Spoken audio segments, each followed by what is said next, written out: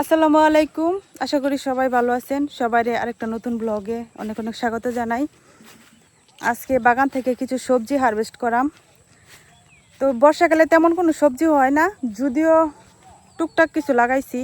অর্ধেক হলো বৃষ্টিতে নষ্ট হয়েছে আর কিছু হয়েছে। তো এর মধ্যে থেকে হলো নিজেরাও খাই, আবার প্রতিবেশী আত্মীয় স্বজনরাও দেই। তো এখন আমার এক বোন হলো, আমার বড় বোনে বলতেছে যে কিছু শাক পাঠাইতে, কারণ দিয়া দিই সবাইরে, বেশি দিন রাখা যায় না, বৃষ্টিতে দেখা যায় যে শাকগুলো নষ্ট হয়ে যায় খুব তাড়াতাড়ি। তো আজকে কিছু শাক সবজি বাগানে যা যা আছে টুকটাক উড়াইয়া এগুলো হলো বোনের বাড়িতে পাঠাইয়াম আর কি। আর কিছু হইলো আমার শাশুড়ির জন্য পাঠাইয়াম। তো এই যে আমি এখন আছি বাগানে। এখন কিন্তু বাগান একদম সবুজ সবুজ থাকলেও ওই এগুলো আর কি অর্ধেক তাড়াতাড়ি নষ্ট হয়ে যাবো, বর্ষাকাল না। তো চলেন সবজি উঠাই। শাক সবজিগুলা অনেক দূরে যাইব, এই কারণে আজকে হলো মানে মাটি সহ তুলতাম না, কাঁচি নিছি একটা, এই কাঁচিতে হলো কাটতে কাটতে তুলবো। তো এই লাল শাকগুলা কিন্তু বড় হয়ে গেছে, লাল শাক খাওয়া লাগে একদম ছোট ছোট। তো এটি বড় হয়ে গেছে, আর কয়েকদিন পরে আর খাওয়া যেত না। লাল শাকগুলো আজকে উঠাই নিয়ে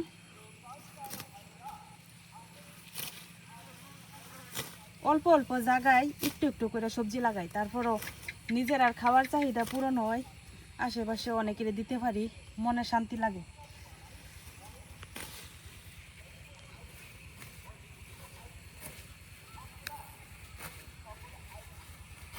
গ্রামে থাকার শান্তি এটাই, নিজে সবজি লাগাইয়া নিজে উঠাইয়া নিজে খাওয়া যায়।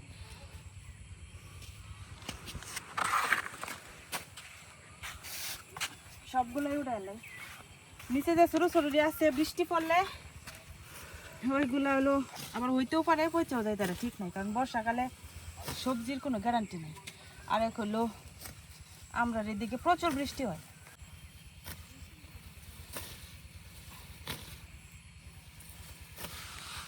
আমার বাগান যদি খালি থাকে আমার একদম ভালো লাগে না, একটার পর একটা সবজি সবসময় থাকলে দেখতে শান্তি লাগে।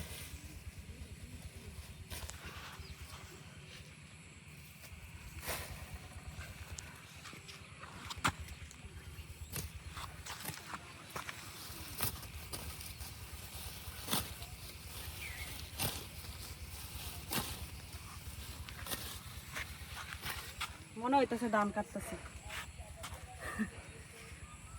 এক জুড়ি লাল শাক হয়েছে, আর কয়েকটা উঠে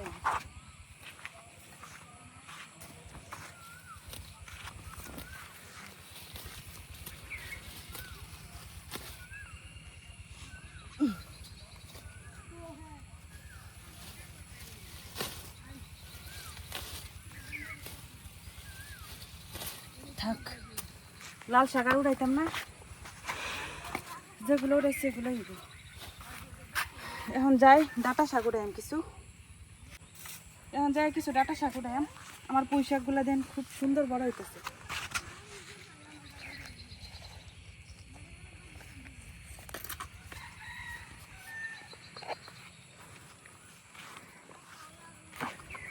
এই জায়গার মধ্যেও কিছু পুঁই শাক লাগাইছিলাম, তো কিছু কিছু হয়েছে আর কিছু হলো বৃষ্টিতে নষ্ট হয়ে গেছে।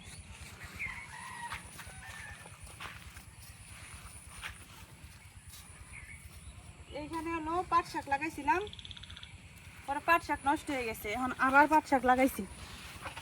এই জায়গায় দেখা যাক পাট শাক হয় কিনা। আর এখানে যেই পরিমাণ ডাটা হয়েছিল, এই ডাটা হলো অর্ধেক উঠাই মানুষকে দিছি, নিজেরা খাইছি। এখন আরও পাতলা করে দিয়াম যাতে ডাটাগুলো একটু বড় হয়।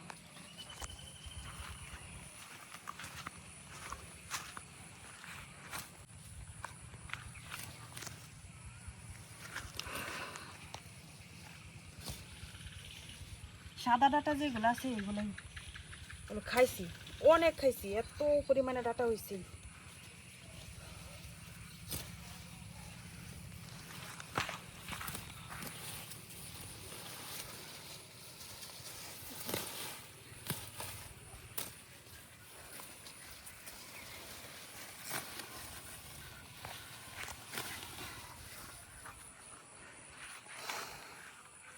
আজকে অনেক গরম লাগতেছে, সকালে যদিও এত বৃষ্টি হয়েছে। কিন্তু এখন একেবারে রোদ নাই বেশি, তারপরে যে গরম আজকে সর্বোচ্চ গরম আমরা এদিকে, এর আগে এত গরম টরম লাগছে না।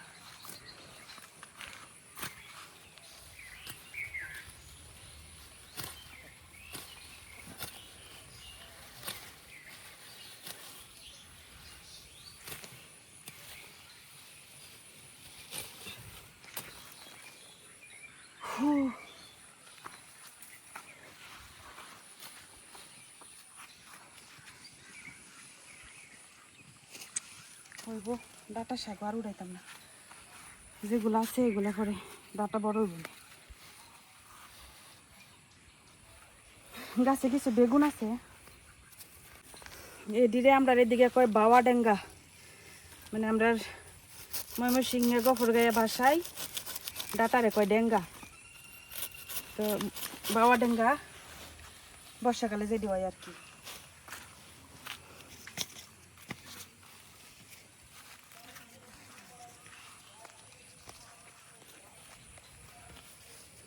বর্ষাকালে তো বেশি সবজি নাই, তবে আগামী শীতে আরো সুন্দর করে করার ইচ্ছা আছে যদি আল্লাহ বাঁচায় রাখে। আর অনেকেই আমার সবজি উঠানো দেখে আফসোস করেন, তো ইনশাল্লাহ আপনাদেরকে দাওয়াত করে সবজি উঠাইয়া রান্না করে খাওয়াবো। দোয়া করবেন যাতে বাচ্চা থাকি আগামী শীত পর্যন্ত।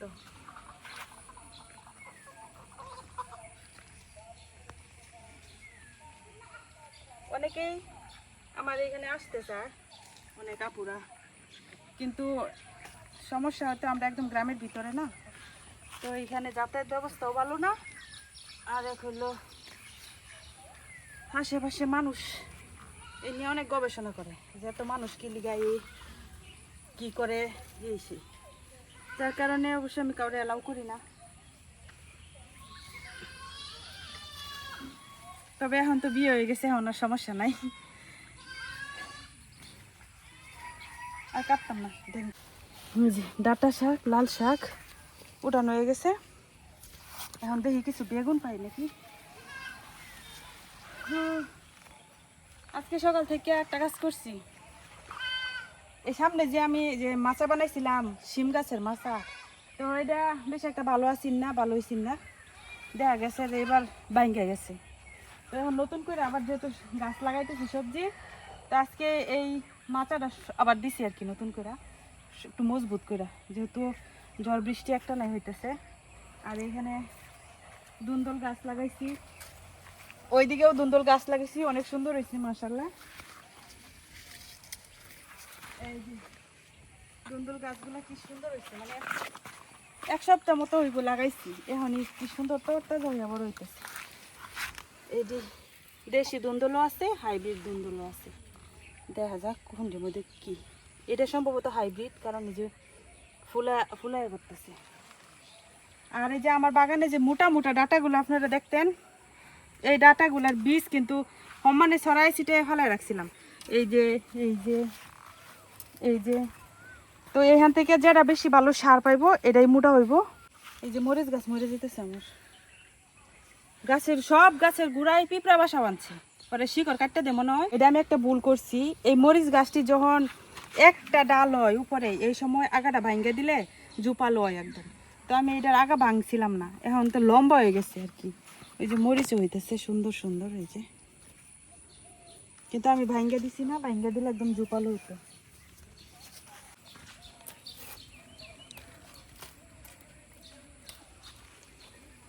এই গাছটা বেশি একটা ভালো ফল হয়েছে না, অনেক আশা করে এই গেটের কাছে আমি শশা গাছ লাগাইছি একবার, বরবটি গাছ লাগাইছি, কিন্তু দুঃখের বিষয় একটা গাছও মানে পুরা গেট ছাওয়াই হয় নাই, এটুক হইতেই শেষ।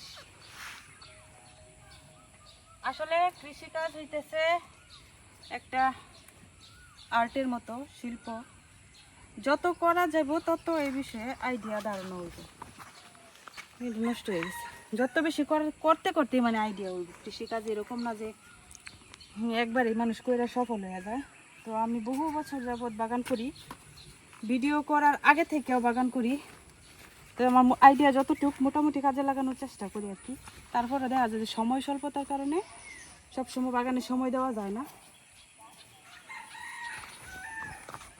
এইদিকে গাছটা আমাদের কিছু বরবটি আছে, এইদিকে উড়ে এলে নষ্ট হয়ে যাবে। হ্যাঁ, নিচে করে দিচ্ছে।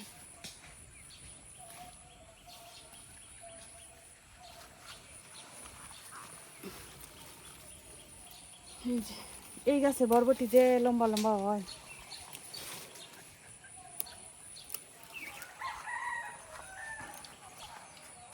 আসলে গাছ লাগানো শুরু করলে কোনো মাস খালি যায় না। আমি শীতের সবজি শেষ হওয়ার সাথে সাথে ভাবতাছি আর সবাইরে কইতেছিলাম যে বর্ষাকালে তো কোনো সবজি নাই, আমার বাগান তো খালি থাকবো। তো দেখা যাক একটা একটা করে মানে আইডিয়া মাথায় আস্তে আস্তে মোটামুটি অনেক সবজি লাগাইছি, আর ভালো ফলনও হয়েছে মাশাল্লাহ। ওইলো মালিক বুঝে যে আমি যদি একটা গাছের যত্ন করি, এই গাছটা আমার ছোঁয়া, আমার যত্ন এটি কিন্তু ফিল করে। যখন দেখে যে অন্য একজনে এসে মানে যত্ন করতেছে, ওই সময় আর গাছ টিকে না, নষ্ট হয়ে যায়। পশু পাখির মতো গাছকে ভালোবাসলে গাছেও ফল দেয়।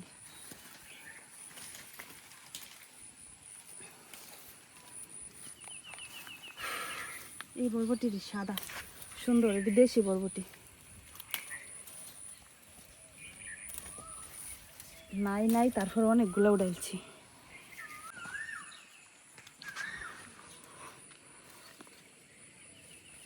বড় ডাটা যে দেখেন একটা, একই সময়ের ডাটা, অথচ এটা সার পাইছি সুন্দর, কত বড় হয়ে গেছে।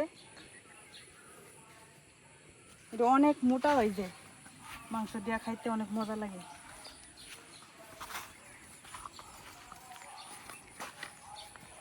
বেগুন বেশি ভালো হয়েছে না, কি লিখে বেগুন বৃষ্টির কারণে এই যে বেগুনের ভিতরে সব পোকা। এই গাছটার মধ্যে অনেকটা বেগুন আছে, এই যে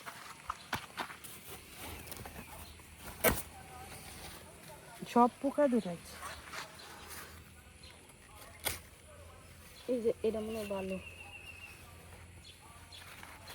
এই যে এই বেগুনটা ভালো।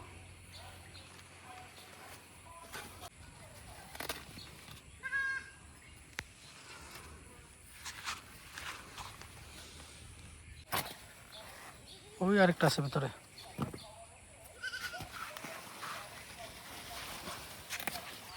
বেগুনের গাছটি সুন্দর হয়েছে, এখন হলো সুন্দর হয়েছে বেগুন, কিন্তু বর্ষাকালে অর্ধেক বেগুনই নষ্ট হয়ে যায়, পোকা ধরে। ওই দিকে একটা সুন্দর বেগুন,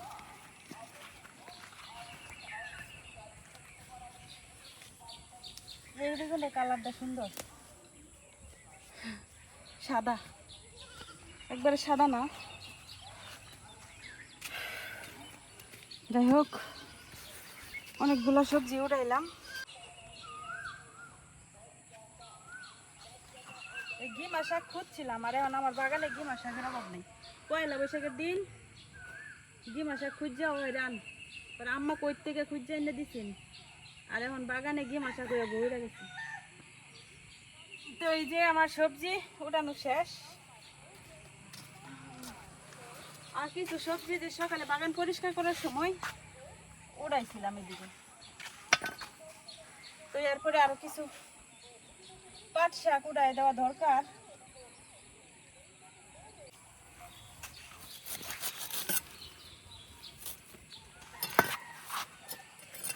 আচ্ছা নিচে রেখে দিই রিয়াজের জুতা। সবগুলা লাল শাক আলাদা, ডাটা শাক আলাদা, এরকম করে ভাগ করে।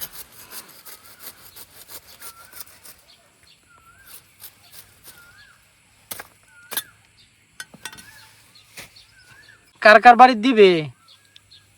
এই যে ভাগ করাম এখন। আচ্ছা, বড় বোনের ন আর কিছু পাঠাই আমার শাশুড়ির লেগে। আমার শাশুড়ি হলো শাকটা খাইতে অনেক পছন্দ করে।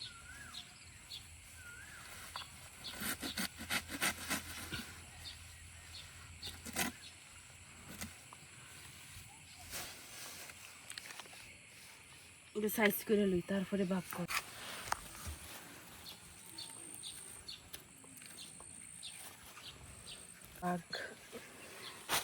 আসলে এইসব সবজি বাজারে খুব কম দামে পাওয়া যায়।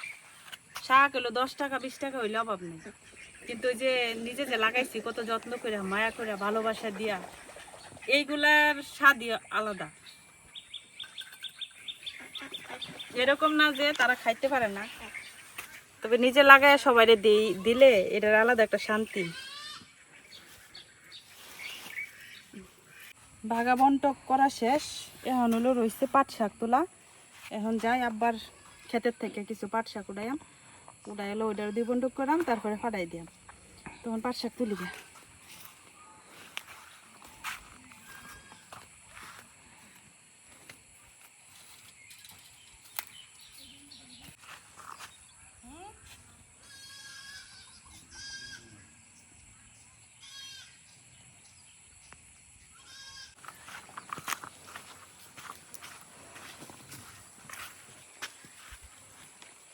ওই জায়গায় অনেক পাট শাক হচ্ছে, এখান থেকে খাওয়া হইতেছে।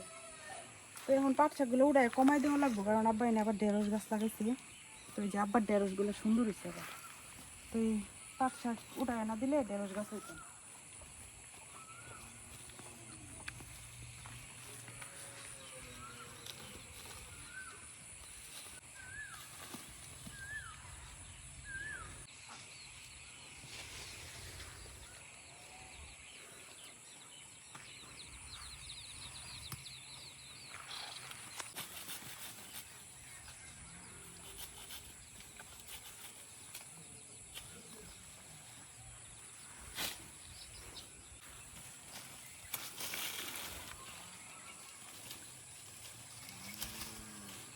এতগুলা শাক উড়াইলাম আজকে, সবজি কম শাকই বেশি।